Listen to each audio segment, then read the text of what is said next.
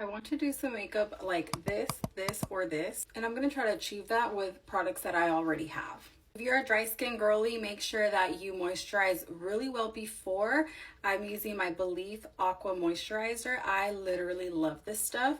It leaves my skin feeling super refreshed, and it feels kind of like gel. So it just hydrates my skin and it grabs the makeup very well, so I don't need any primers. Make sure that you're letting it fully dry between applications, and I usually will apply the moisturizer twice. For foundation, I'm gonna use, this is the Danessa Myrix. I used it in my last video and I really liked the coverage that it gave. And this is like a balm, so it turns from like velvet to powder. I used it with my hands in my last video, but today I want to try something different and I want to use a fluffy brush. So this is actually for your face and your eyes, so you could just put it everywhere.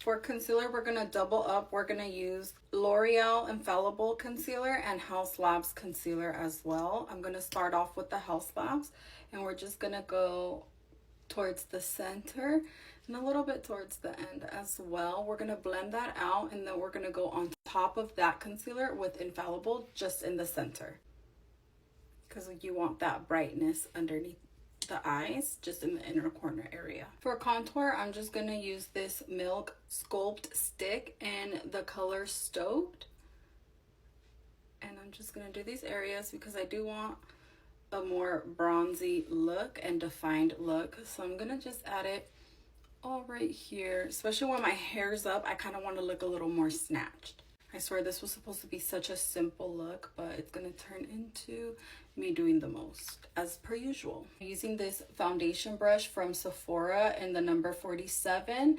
I'm just going to lightly blend that out. I don't want to blend it out too much because I don't want it to get rid of any of the pigment that I have. Make sure when you're blending it out, you're blending it towards your hairline so that everything can just blend seamlessly and it doesn't look like you have lines. What I mean about blend it into your hairline is like literally like into your hair, like so. Look at that. Like your hair should get a makeover as well. I like to use a smaller brush. This is from Baddie. I've been obsessed with making a V on the tip of my nose because it kind of gives me like that ball effect and makes my nose look a little more normal. Then I go in and I blend out whatever I feel like needs a little additional blending, but like I said, I don't like to blend it too much because I want to make sure you can still see the contour in pictures and videos. For blush, I'm going to use the shade Work from Milk Makeup as well, and I'm using my Real Techniques brush. This one is in 200. We're going to focus it more on the cheekbones, and I don't like to go too down because I feel like it makes my face look a little droopy, so I like to put it on my higher cheekbones. Kind of blend it in with my bronzer. For this look, I'm not putting any on my nose. I sometimes do, but I'm not putting any on my nose today. You want to make sure you blend out that concealer very well so that you don't have any creases, and you want to set your concealer using the Easy Bake setting powder. This is the only powder you should be using to set your face right now. This is in the shade Pound Cake, and I just love how blurring it is. To focus it only on your under eyes and to kind of like sculpt out your nose. Try not to get it on here. I already fudged up and I got it on my brush, but it's fine because I'm gonna fix it.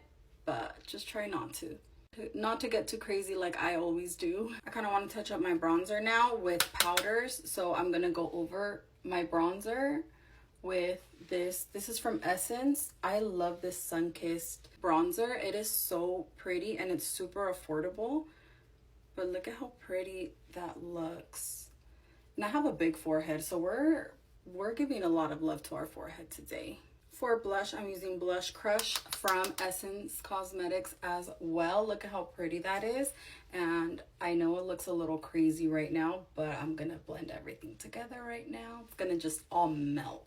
Now grab the excess powder, setting powder, and then you just wanna lightly tap it because you kind of want to get rid of some of that craziness that we have going on.